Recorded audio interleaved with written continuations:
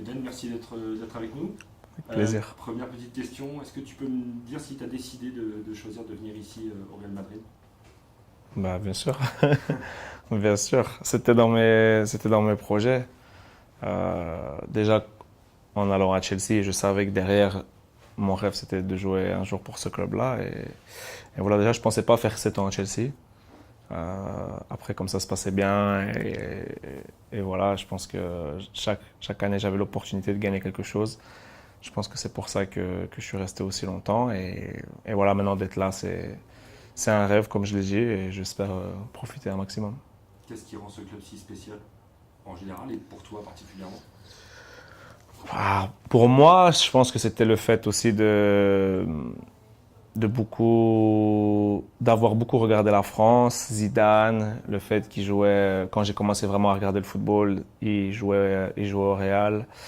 Donc, voilà, pour moi, c'était le club. En plus, les maillots blancs, le stade, c'était l'un des plus beaux stades.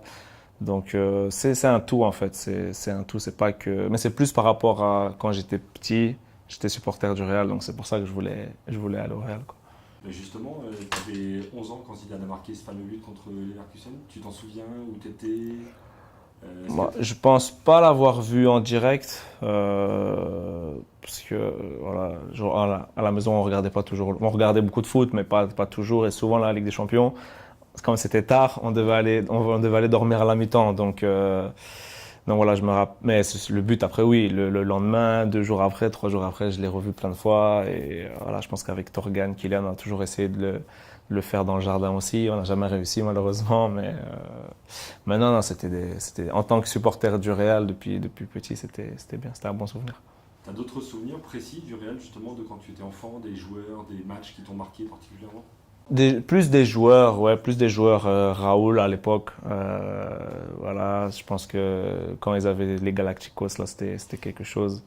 Quand Figo était là, quand Ronaldo, Fenomeno était là, c'était beau à voir. Et voilà, le fait que ce soit toutes des stars aussi, jouent ensemble, c'est pour ça que ça nous a attirés aussi.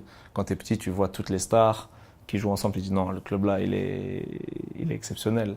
Et voilà, après, tu connais toute l'histoire du Real Madrid, mais on a plus besoin de le dire.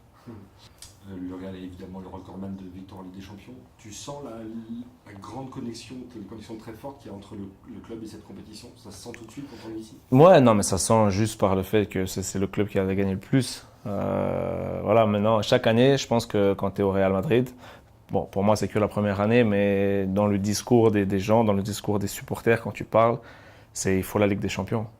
Et c'est pour ça que je pense que ils ont tellement été exigeants en Ligue des Champions qu'ils en ont gagné plus que les autres. C'est pour ça.